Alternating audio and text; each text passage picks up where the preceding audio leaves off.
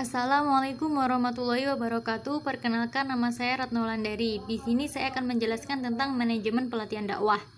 Manajemen pelatihan dakwah atau manajemen dakwah itu sendiri adalah suatu perangkat atau organisasi dalam mengolah dakwah agar tujuan dakwah tersebut dapat lebih mudah tercapai sesuai dengan hasil yang diharapkan. Nah, kemunculan manajemen pelatihan dakwah didasari oleh perubahan peradaban manusia yang semakin maju, khususnya dalam sumber daya manusia dengan sesuai kebutuhan manusia itu sendiri. Dengan contoh pada PowerPoint Zero, banyak menggunakan teknologi dakwah.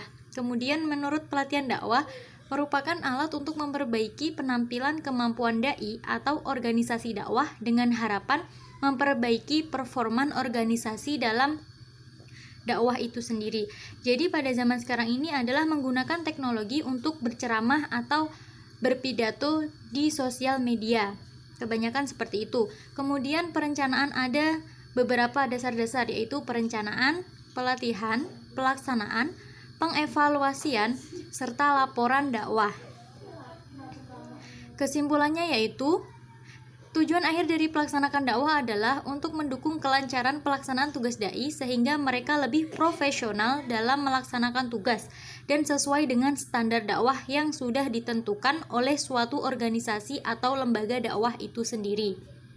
Yang kedua adalah perencanaan pelatihan dakwah. Pada tahap ini, perencanaan pelatihan dakwah adalah meliputi susunan materi dakwah yang akan disampaikan kepada mat'u atau pendengar dan juga membuat susunan acara yang akan dilakukan mulai dari awal acara hingga akhir acara tersebut. Selanjutnya yaitu perencanaan pelatihan dakwah atau manajerial aktivitas kelompok. Ada dua cara, yaitu pengumpulan sumber daya dengan segala bentuk fasilitas dakwah dan orientasi kemanfaatan sumber daya secara maksimal dalam manajerial itu sendiri. Ada takdim, tanzih, tansih, yaunbih. Dengan ini ada planning, organization, controlling, actualing, dan evaluasi. Perencanaan dilakukan sebelum melakukan dakwah atau melakukan kegiatan itu sendiri, dan harus ada perencanaan supaya menjadi dakwah yang baik dan sesuai harapan kita semua. Kebutuhan pelatihan dakwah bermacam-macam, tergantung pada sifat pekerjaan dan orang yang harus melaksanakan pekerjaan itu. Pada umumnya, pekerjaan itu menyangkut keterampilan, sikap, dan pengetahuan pada dai kepada mat'unya. Yang ketiga adalah pengorganisasian pelatihan dakwah. Pengorganisasian pelatihan dakwah yaitu suatu pengumpulan orang-orang atau kelompok yang mempunyai tujuan sama dan ingin menjadikan organisasi itu maju serta jaya dengan kebersamaannya. Organisasi adalah suatu kelompok orang dalam suatu wadah untuk tujuan bersama. Dalam ilmu sosial, organisasi dipelajari oleh periset dari berbagai bidang ilmu, terutama sosiologi, ekonomi, politik, dan manajemen. Pengorganisasian ada beberapa langkah. Satu yaitu yang tersusun atau arah. Arah pelaksanaan rencana ada dua, yaitu struktur organisasi dan aspek pengorganisasian. Yang dimaksud di sini adalah dibutuhkannya karena harus adanya ketua atau pemimpin yang akan menjalankan suatu organisasi tersebut.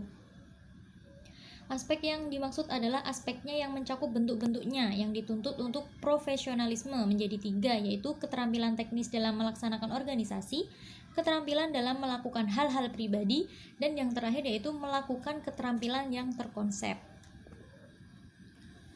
Pengorganisasian dakwah. Tahap ini merupakan tahap yang dimana segala anggota penyelenggara acara berkumpul bersama dan saling bekerja sama, harapan dan tujuan itu bisa tercapai dan sukses. Suatu fungsi perkumpulan atau wadah bagi sekelompok orang yang bekerja sama. Fungsi organisasi juga dapat dinikmati oleh anggotanya. Di antara fungsi organisasi yaitu fungsi organisasi yang terakhir adalah untuk memberikan pengetahuan dan mencerdaskan pada tiap-tiap anggotanya. Yang terakhir yaitu akulturasi atau pergerakan pelatihan dakwah. Pergerakan dakwah merupakan di mana segala anggota yang terlibat menjalankan tugasnya masing-masing sesuai dengan perencanaan kegiatan yang telah dibuat bersama-sama.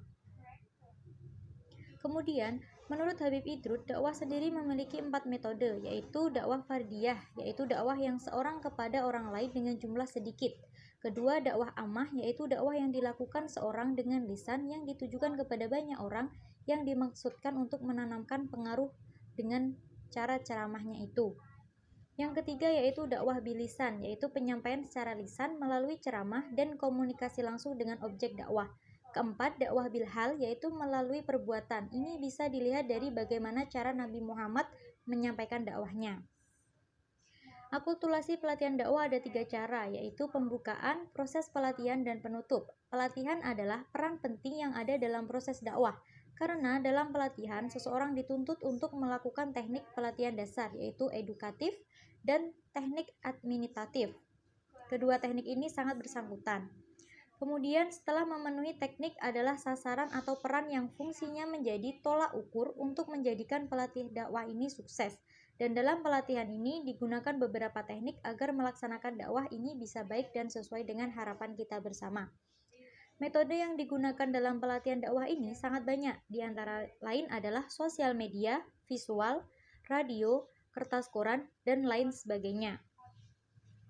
Yang terakhir adalah media atau media pelatihan dakwah yang digunakan pada zaman PowerPoint Zero adalah dai berharap mat'u mudah memahami apa yang ia jelaskan melalui media sosial atau sosial media tersebut, misal dengan YouTube, Facebook, televisi, kertas koran, maupun bertatap muka langsung dengan mat'u.